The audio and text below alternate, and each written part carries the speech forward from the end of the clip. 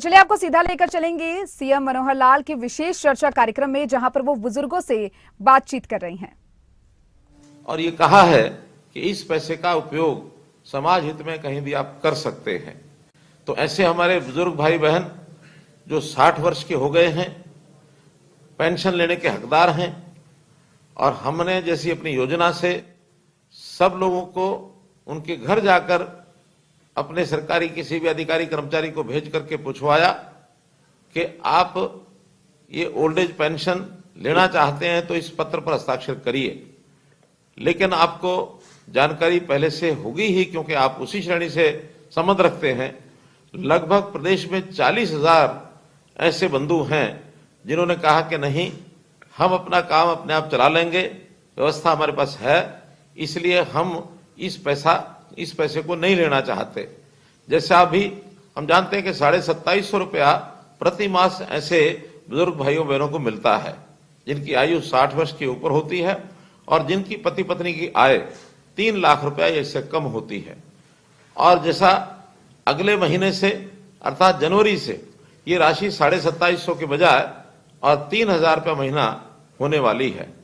लेकिन हमने एक त्याग का समर्पण का भाव दिखा करके समाज की सेवा का ध्यान रखते हुए और इस पैसे का जो है सरकार के ऊपर कोई एक्सचेकर के ऊपर वजन न पड़े, तो ये हमने अपना त्याग भाव दिखाया है। तो इस नाते से ये जो काम हमने किया है बहुत ही सराहना योग्य है और हम लोग इसके बधाई के पात्र हैं। तो भाइयों बहनों, आज मैं आप लोगों से बात करते हुए बहुत संतोष मुझे हो रहा है कि त्याग और समर्पण का भाव इस आयु में आकर के विशेष लोगों में ही होता है। तो आप लोगों ने ये जो काम करके दिखाया है, मैं पुनः आपको बधाई देना चाहता हूं।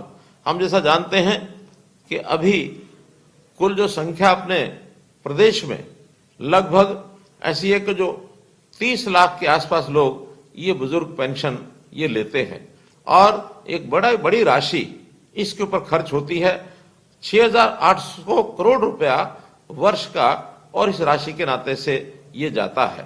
समाज सेवा के लिए जितना हमें करना होता है हम जरूर करते हैं, हम पीछे नहीं हटते हैं। लेकिन आपके इस त्याग के कारण से एक संदेश जरूर सबको मिलेगा कि आखिर त्याग के नाते से हम ऐसे लोगों को भी राशि दे सकते हैं जिनकी जो है आवश्यकता ज्यादा होती है। हमारी 60 वर्ष की ऊपर की आयु, वास्तव में बहुत लोग स्वस्थ होते हैं, अपने काम को अपने आप चला लेते हैं, लेकिन कुछ ऐसे बंधु भी होते हैं जिनको कोई शारीरिक तौर पर कई बार कष्ट हो जाता है, आयु का प्रभाव होता है, अपना काम स्वयं वो नहीं कर सकते हैं। ऐसे लोगों की सहायता ये भरपूर होनी चाहिए। तो उस नाते से भी हमने बहुत सी योजनाएं बनाई हैं। जैसा हमने हमारे कुछ ऐसे डिपार्टमेंट हैं जिन डिपार्टमेंट्स के जो रिटायर्ड कर्मचारी हैं उनके जिम्मे जब लगाया कि प्रदेश में ऐसे लोग जिनकी आय 60 वर्ष से ऊपर है उनकी देखभाल करें, तो सारथी योजना ये हमने एक बनाई है। प्रहरी योजना, सारथी योजना नहीं है, प्रहरी योजना। तो इस प्रहरी योजना के अंतर्गत उनके जिम्मे लगाया है कि ऐसे सब परिवारों के घरों में वो जाएं और विशेष तौर पर जिनकी आयु 80 वर्ष या इससे ऊपर हो गई है, 80 वर्ष से ऊपर के आयु के ऐसे लगभग 3,30,000 बुजुर्ग हरियाणा प्रांत में हैं। और एक और बड़ी जो चिंता की बात ये भी है कि उसमें से लगभग 1% से ऊपर 3600 लोग ऐसे भी हैं जो अकेले रहते हैं। उनके परिवार के अंदर इस प्रकार की सहायता करने वाला व्यक्ति या तो होगा नहीं, या किसी कारण से उनकी देखभाल करने में हिचकिचाते होंगे, वो अकेले रहते हैं। अकेले रहने में कितनी असुविधा होती होगी, हमने भी ये विचार करके और ऐसे 3,600 लोगों के लिए एक व्यवस्था बनाई है। सेवा आश्रम इस नाते से बनाया जाए तो वरिष्ठ नागरिक सेवा आश्रम, इस योजना को बनाने का हमने आह्वान किया है। अपने सरकार की ओर से इस काम को शुरू भी कर दिया गया है। रेवाड़ी में एक ऐसा आश्रम खोला जा चुका है, करनाल में निर्माणाधीन है और अन्य 14 जिलों में इसके लिए भूमि भी और ले ली गई है। आज मुझे एक और मन में जो विचार आता है आपके सामने रखता हूं कि जैसे 40,000 लोग आप लोगों ने इस पेंशन का त्याग किया है, 3,000 रुपया जैसा अगले महीने से शुरू हो जाएगी, अगर हिसाब लगाते हैं तो प्रति मास 12 करोड़ रुपया ये बनता है, साल में लगभग 100 करोड़ रुपया बनता है। तो मैंने एक योजना अपने मन में सोची है जिसकी घोषणा करता हूं कि हम ये इस वर्ष का 100 करोड़ रुपया ये जो सेवाश्रम बनेंगे, इन सेवाश्रम को बनाने के लिए सभी 22 जिलों में इसका एक बजट ये सैंक्शन कर रहे हैं ताकि उनके भवन बन सके, उनकी देखभाल के लिए ये व्यवस्था हो सके। कुछ जिलों के अंदर अभी old age home red cross के द्वारा चलाए जा रहे हैं, जैसे पानीपत है, अंबाला है, पंचकुला है। ये रेड क्रॉस भी ओल्ड एज होम अच्छी प्रकार से चला रहे हैं। कुछ जगह पर तो मेरा जाना भी हुआ है, इनकी अच्छा व्यवस्था वहां देखभाल होती है। Old age home Mansa Devi shrine board Panchkula का ये अलग से चलता है, लेकिन जितनी आवश्यकता है उसकी पूर्ति करने के लिए इनकी संख्या और बढ़ाने की भी आवश्यकता है। कई जगह पर डे केयर सेंटर भी चलते हैं, अर्थात सुबह से लेकर सायकाल तक बुजुर्ग वहां जाके बैठते हैं, अपने ठीक से समय को पास करते हैं, उनको अध्ययन करने के लिए पुस्तकें आदि अखबार आदि भी मिलता है, और वहां उनके लिए चिकित्सा के नाते से भी एक डॉक्टर भी कभी कभी वहां पहुंचता है ताकि उनके शारीरिक प्रशिक्षण शिक्षण जो है वो हो सके। तो ऐसे 13 जिलों के अंदर इस प्रकार का भी एक काम चल रहा है। तो मैं आज एक योजना के अंतर्गत आपको ये भी बताना चाहता हूं कि ऐसे जो बुजुर्ग जिनका शरीर साथ देता है, जो कुछ समाज के लिए काम कर सकते हैं, तो ये जो पुलिस द्वारा शुरू की गई रिटायर्ड कर्मचारियों के द्वारा योजना है, जिसको हमने प्रहरी योजना कहा है, हम लोग भी इसमें साथ जुड़ सकते हैं। और प्रहरी योजना में जुड़ने के लिए आपके मन में एक जिसको कहना चाहिए उत्साह निश्चित रूप से होगा ही। आपके मन की अगर योजना इसमें शामिल होने की है तो आपने बहुत एक साधारण से तरीके से इसके साथ जुड़ने का तरीका मैं आपको बता रहा हूं कि पुलिस की हमारी जो सेवा सर्विस 112 है, 112 है। आप 112 के ऊपर केवल डायल करना है, उनसे बताना है कि मैं प्रहरी योजना से जुड़ना चाहता हूं। आपको एक वहां निश्चित व्यक्ति जो प्रहरी योजना का इंचार्ज होगा उसके साथ जोड़ दिया जाएगा। आप अपनी बातचीत उनके सामने रख सकते हैं और आपका नाम दर्ज करेंगे। स्थानीय तौर पर आप संपर्क किया जाएगा। फिर हम इन 80 वर्ष से ऊपर के लोगों की सेवा के लिए अथवा ऐसे अन्य लोगों के लिए जिनको सहायता की आवश्यकता है, उस सहायता के लिए भी हम जा सकते हैं, जुड़ सकते हैं। ये सामाजिक कार्य है, समाज का कार्य है। सरकार तो इसको करेगी ही, लेकिन समाज के लोग जितने आगे आएंगे उसमें निश्चित रूप से हमारा सबका लाभ होगा।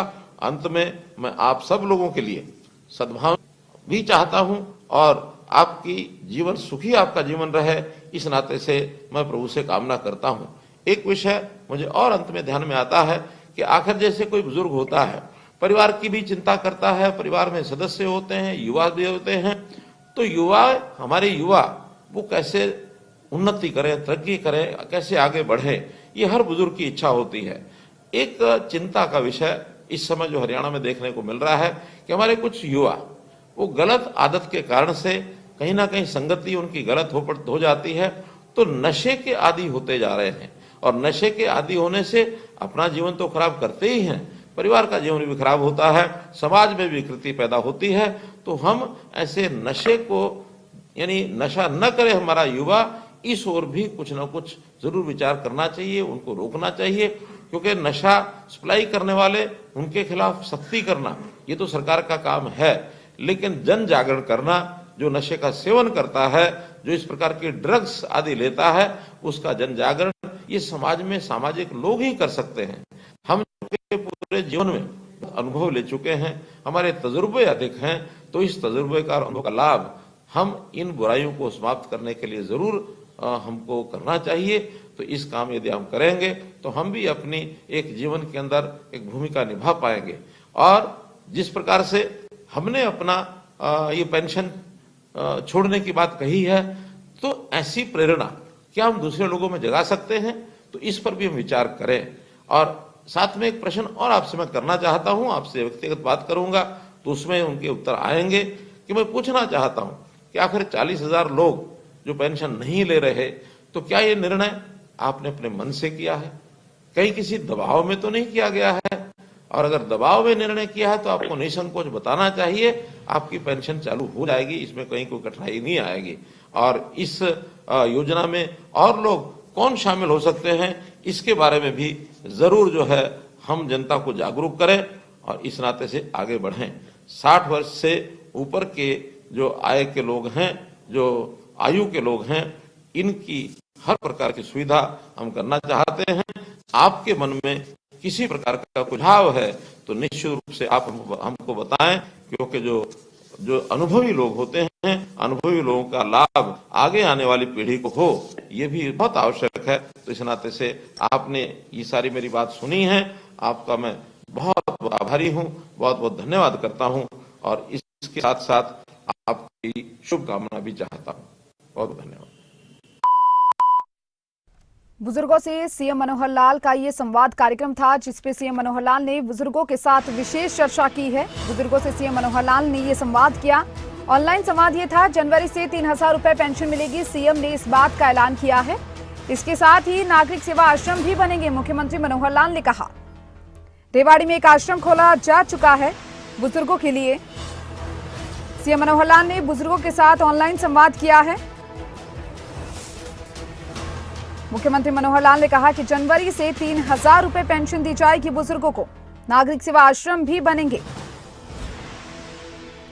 सरकार की जो योजनाएं बुजुर्गों के लिए चलाई जा रही है, उसको लेकर भी मुख्यमंत्री मनोहर लाल ने बातचीत की, उसके बारे में भी बताया। ओल्ड एज होम की संख्या बढ़ाने की जरूरत है, उन्होंने कहा। बुजुर्गों को प्रहरी योजना को लेकर भी बातचीत की और इसी दौरान उन्होंने युवाओं के लिए भी कहा कि युवा नशा ना करे और युवाओं को नशे से दूर रहना चाहिए। युवाओं को नशा ना करने को लेकर जागरूक करने की जरूरत है। सीएम मनोहर लाल ने विशेष चर्चा की है बुजुर्गों के साथ ऑनलाइन संवाद मुख्यमंत्री मनोहर लाल ने किया, जहां जो योजनाएं सरकार द्वारा चलाई जा रही हैं बुजुर्गों के लिए, उसके बारे में भी जानकारी उन्होंने दी, उसके बारे में भी बताया। पेंशन को लेकर भी उन्होंने कहा कि जनवरी से 3,000 रुपए पेंशन बुजुर्गों को मिलेगी। 60 की आयु पूरी कर चुके लोगों को लाभ मिलेगा। नागरिक सेवा आश्रम भी बनेंगे। 60 साल से ज्यादा उम्र के बुजुर्गों को सरकार द्वारा पेंशन दी जा रही है, उन्होंने कहा। सीएम ने कई बड़ी बातें कही इस दौरान। बुजुर्गों को पेंशन का लाभ मिल रहा है और अब जनवरी से 3,000 रुपए बुजुर्गों को पेंशन मिलेगी और अभी 2,750 रुपए यहां पर पेंशन दी जा रही है। जनवरी से 3,000 रुपए पेंशन मिलेगी बुजुर्गों को। और भी कई बड़ी बातें सीएम मनोहर लाल ने इस दौरान कही। 30 लाख लोगों को बुजुर्ग पेंशन मिल रही है, इस बात का भी जिक्र मुख्यमंत्री ने संवाद के दौरान किया। सीएम मनोहर लाल ने बुजुर्गों के साथ खास विशेष चर्चा की है।